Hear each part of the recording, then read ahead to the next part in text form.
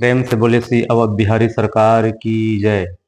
आज का विषय है, इस कलयुग में मन में पाप सोचने से क्या पाप की फल की प्राप्ति होती है या नहीं।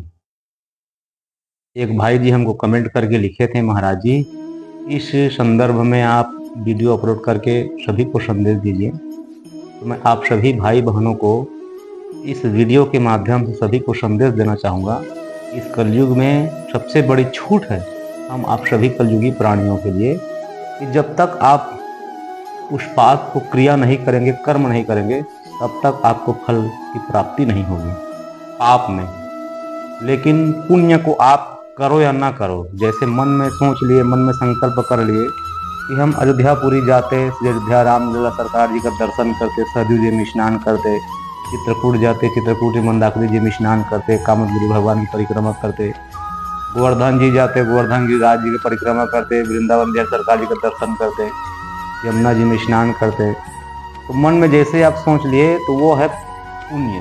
तो यहाँ पुण्य की प्राप्ति हो जाती है, मानसिक पुण्य की प्राप्ति हो जाती है। राजा परीक्षित को कलयुग जब इस पृथ्वी पर प्रवेश करने के लिए आया तो राजा परीक्षित उनको 4 स्थान दिए थे जहाँ जहाँ पाप होती है, जहाँ मदिरा पान किया जाता है, वेश्यावृत्ति की जाती है, हिंसा वृत्ति की जाती है, उन जगहों पर तुम्हारा स्थान होगा। और इनके सद्गुण को देख करके रीझ गए।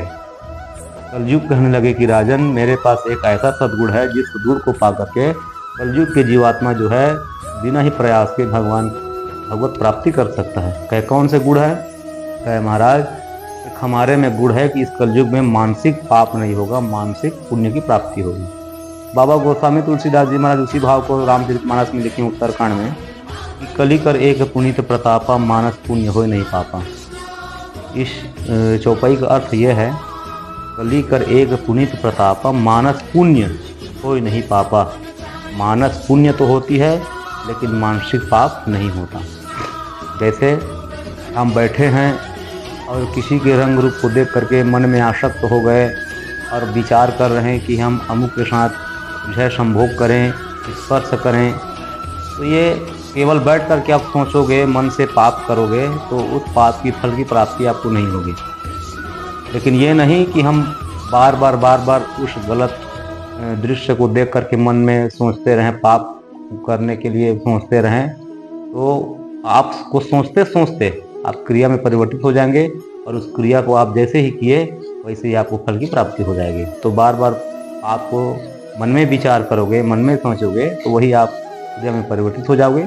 इसलिए पाप को तो सोचा नहीं जाता, और अचानक अगर सोच भी लए तो उस पाप की फल की प्राप्ति आपको नहीं होगी, मानसिक जाप की है, मानसिक पुण्य की प्राप्ति है। तो भाई जी हम आप सभी को यही संदेश देना चाहेंगे, इस कलयुग में हम सभी कलयुगों प्राणियों के लिए छूट है कि मानसिक पाप करने से पाप की फल नहीं की प्राप्ति होती और मानसिक पुण्य की फल की प्राप्ति हो जाती है। तो आप सभी ये वीडियो अगर अच्छी लगी हो तो कृपा करके कमेंट करिए, शेयर करिए और अधिक से अधिक इस YouTube पर जुड़िए भक्ति प्रवाह में, क्योंकि इस भक्ति प्रवाह के माध्यम से इस दास की तरफ से आप सभी को नई नई कुछ जानकारियाँ, गुड़ रहस्य और कल्याणकारी प्रवचन सभी के सम्मुख में पहुँचा रहा हूँ। आप लोगों से ही निवेदन है कि आप लोग लाइक करिएगा, शेयर करिएगा और कमेंट करिएगा। प्रेम से बोलिए जय श्री राम, जय श्री राम, जय श्री राम।